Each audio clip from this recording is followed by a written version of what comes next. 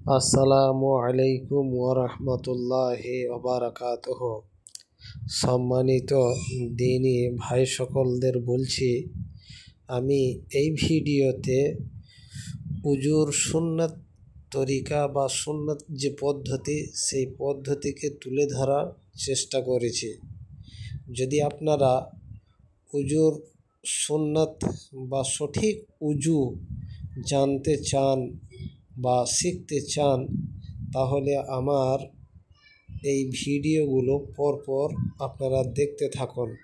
কারণ একটা ভিডিওতে সম্পূর্ণ উজুর শিক্ষাটা এটা সম্ভব নয়, তাই খণ্ড খণ্ড করে ভিডিওগুলো আমাকে তৈরি করতে হচ্ছে। সম্পূর্ণ উজুটা শিখতে পারবেন যদি আপনি সমস্ত ভিডিওগুলো দেখে থাকেন, যা আপনার কাজে লাগবে চিরদিনের মতো।